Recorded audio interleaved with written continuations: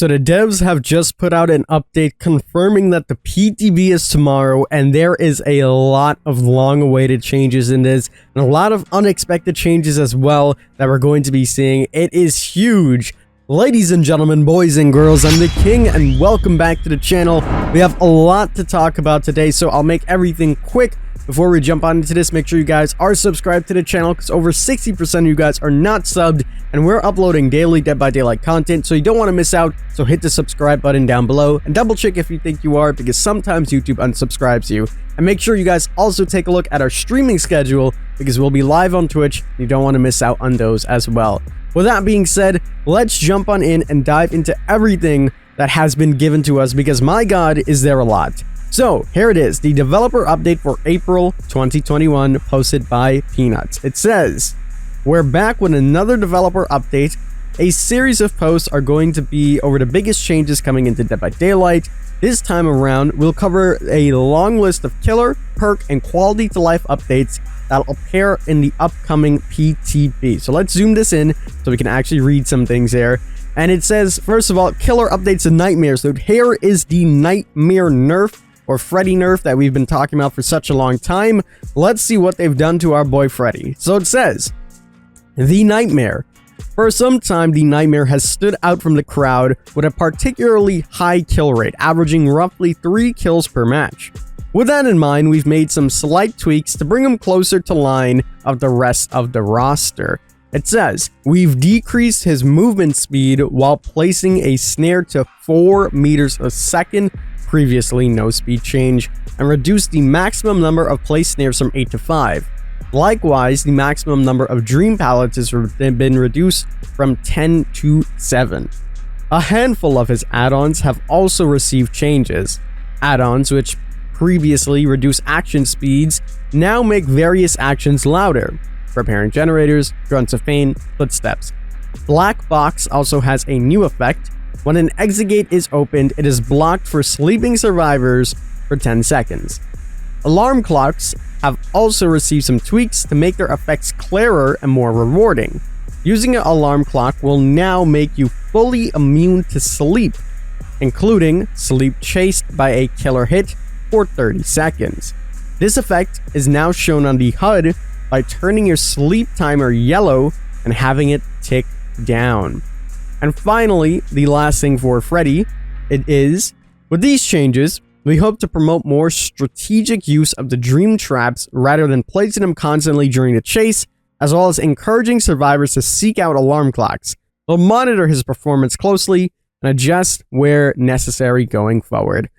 So, those are some interesting changes about Freddy. My overall thoughts and opinions on this is that it's going to be interesting. It definitely is going to force you to be a little bit more strategic rather than, as I said, placing snares, placing snares, placing snares. I absolutely love the pallets. I'm more of a pallet person rather than snares.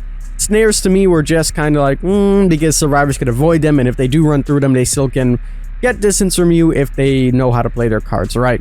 I like the pallets because when it goes down to late game, which more than likely it will do with Freddy, what ends up happening is that survivors start looping the fake pallets, they drop them, and then they just get caught.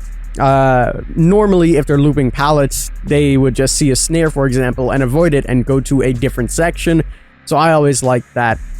So for the players that relied on snares and, as I said, toss them down while they're in chase, so let's say you're looping at the killer shack, you toss it down, and then they walk into it and it makes them a lot slower, you're no longer going to be able to do this. You're going to have to do this kind of like the trapper, where you place your snares and you only have 5 of them as well, and you need to be strategic on where these snares are going to be placed and how it's going to affect the survivors, because if you do decide to place it down, you're going to move really slow. So it really leads to an interesting dynamic of how Freddy players are going to be playing. As for the pallets, it's just 7. Nothing's really changed there. I think a lot of more people are going to start using pallets now rather than snares, considering it's only reduced from 10 to 7, and you can just place them wherever, and you'll continue to basically get the same exact gameplay as you would normally. Rather than snares, it's more of a change because most people place them down during chases. For the add-ons, you know, make sense. You're not going to expect all the add-ons to be the same, but I think just the base things were good enough to give him a slight nerf and to make it a little bit more fair. I still think he's going to be really strong and people are still going to figure out how to play him very well, and this won't do a significant amount, but would probably bring them down to the 2 kills per average as they always aim for. We'll have to wait and see, and tomorrow we'll actually be able to test this out, and I'll post a video updating you guys on how he feels, and we'll see. The next thing on the list is the Demogorgon. So here we go, the long-awaited Demodog changes, so let's talk about it. It says, our focus for the Demogorgon is to give more mobility with his portals. We've made the following changes to base portals. Increase speed while in a portal, which is amazing. Reduce cooldown after exiting a portal, which is amazing. And increases undetectable length after exiting a portal, which again is amazing. These are the 3 things that he needed to be added to his base kit, because I just constantly ran these add-ons to, try to fix up the power. This makes a lot of sense, and I'm happy they did it. They also said, on top of these changes, we have done a complete pass on the Demogorgon add-ons to make some of the lesser used one more appealing. Here's a sneak peek of a couple of them. So here we go. We have the add-ons that are now going to be more viable. Let's take a look. This one is a Lifeguard Whistle. Survivors near active portals are indicated by Killer Instinct without having to charge of the Abyss. This is amazing. Right away. So as soon as you're near a portal or you step on a portal, you'll automatically know. This is going to lead to some interesting gameplay, especially if people are in the basement, because if you place a portal right on top of the basement in like the Killer Shack or whatever the case may be, as soon as they step on this portal or get near it, you will know. It's kind of like a Beast of Prey, or is it Beast of Prey? What Territorial? I don't remember. It's one of those. I'm pretty sure it's Territorial. And you just know automatically, and you can go straight back there, and it'll be very interesting. So we'll have to see what happens with that. But there's also a change to perk, we'll talk about it later, that could counter that. They didn't talk about Rotten Pumpkin. When traversing the Upside Down, the portal you enter is destroyed.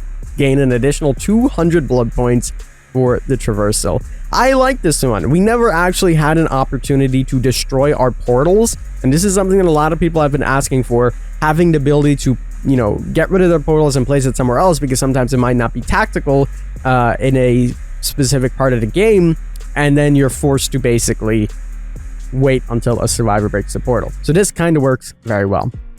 So I'm happy about these Demogorgon changes. I think the buffs to the base kit is going to be very nice. Now he'll be more mid-tier or a little bit upper mid-tier. We'll see how he plays. Next on the list is the Huntress. Don't panic, we have not changed the Huntress's base kit. We have, however, done a pass on her add-ons to bring them up to modern standards. Woo!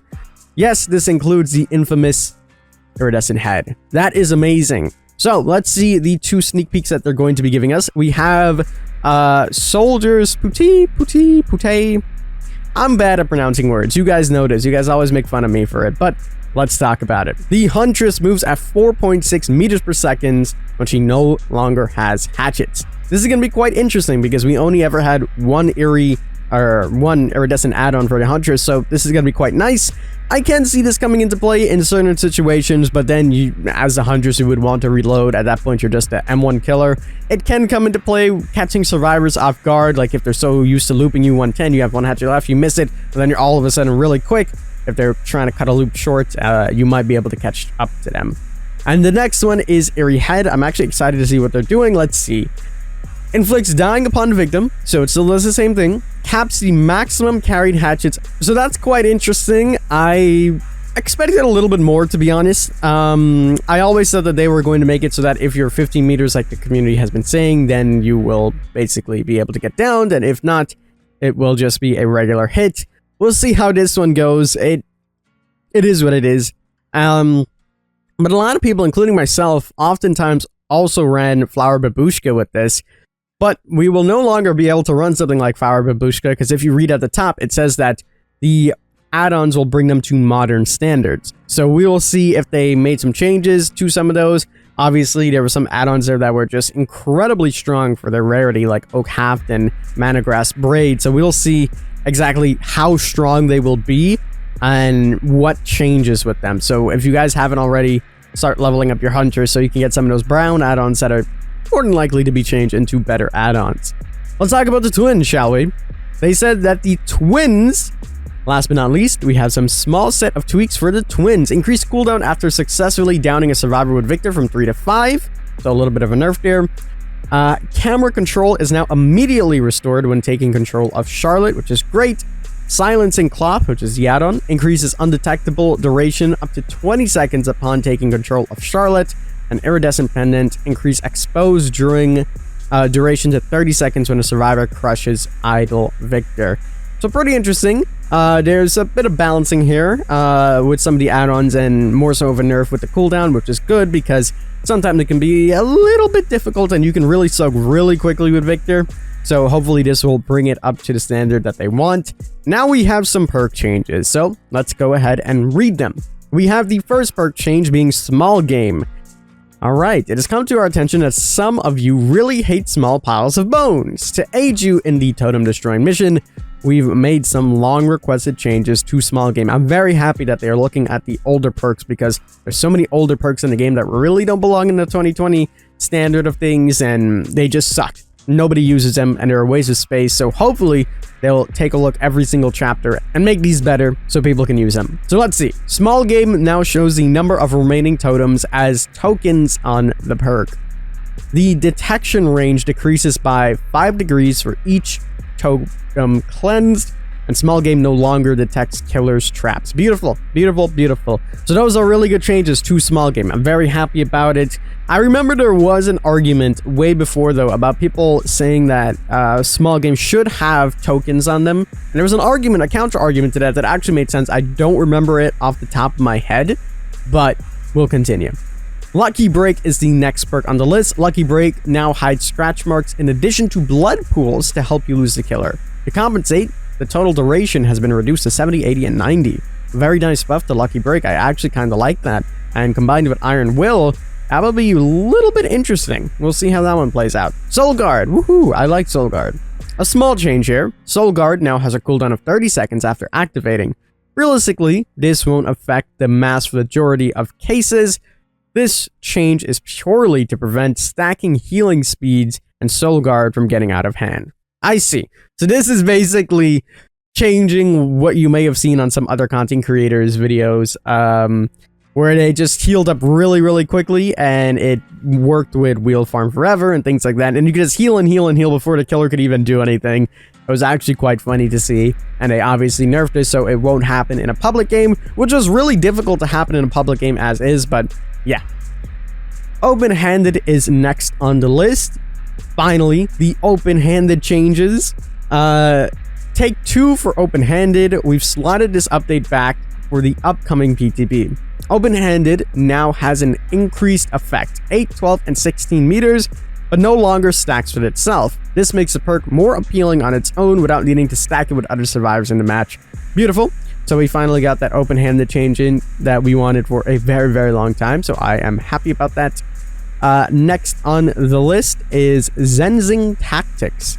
So this one is going to, let's see. Next one on the list is Zanshin Tactics, and it says a very straightforward change. Zanshin Tactics is now permanently active and also has a longer range. Beautiful. Will help the newer players out a lot more. Now here is the spicy stuff that we were talking about a little bit earlier. The first one is Borrowed Time. Woohoo! To remove some confusing intricacies with how Borrowed Time interacts with some killers and the Oblivious status effect, we have removed the terror radius conditions from the perk. To compensate, we have reduced the duration of the endurance status effect to 8, 10, and 12. Wow. So, at first when I read this earlier today, I thought that this meant it would just be where the killer was. Like, it wouldn't be terror radius based, it would be how close the killer is. But reading this a second time makes me think that this is just going to be activated as is, no matter what. The killer doesn't even need to be there.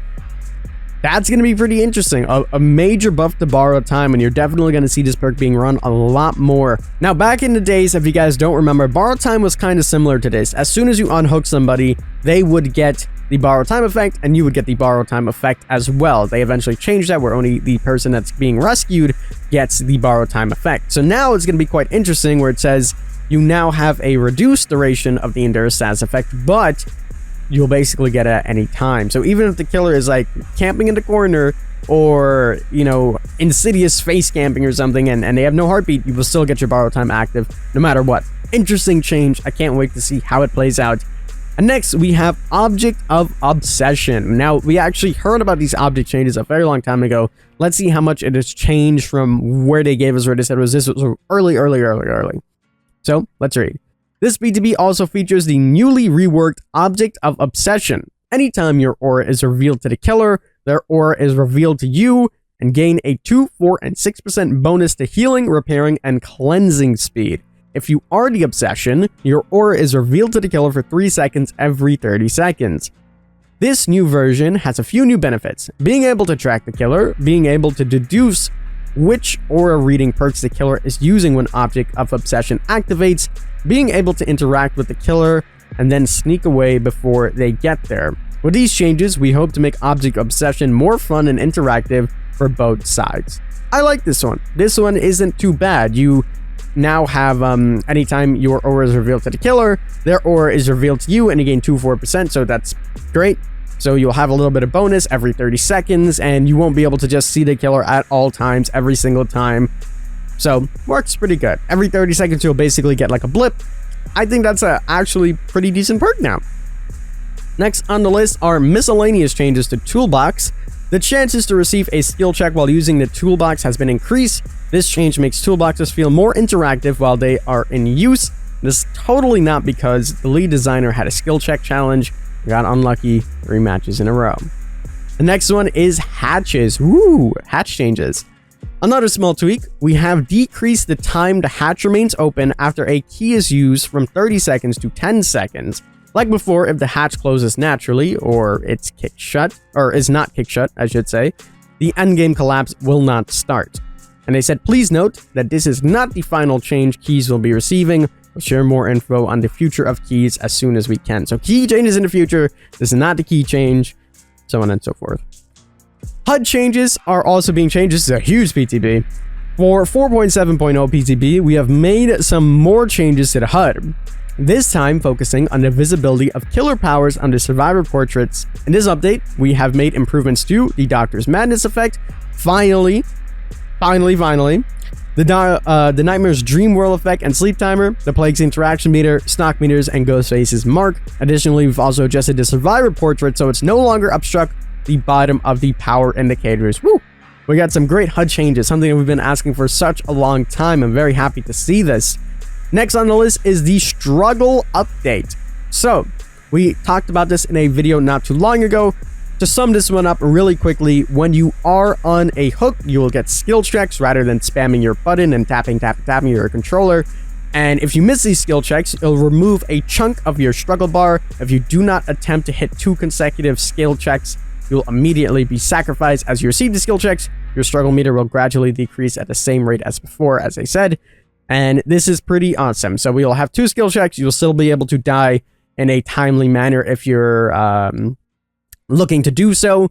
This is just to help people not spam the button. This isn't necessarily stopping people from dying from first hook. Next on the list are the graphical updates to the Coldwind farm. Woo! I'm just so happy about all of these changes, man. So here we have the first image of the Coldwind farm, and it is looking amazing. And first of all, it's daytime or sunset, and this is going to be a brand new sunset map. I thought this was going to be like the first sunset or sunrise map, but I then remembered we had Dead Dog Saloon, so I was mistaken. But it is going to look amazing, and I can't wait to see what they actually end up doing with this. But man, you can see the updated graphics already. You can see the fog in the background, and the trees look absolutely amazing.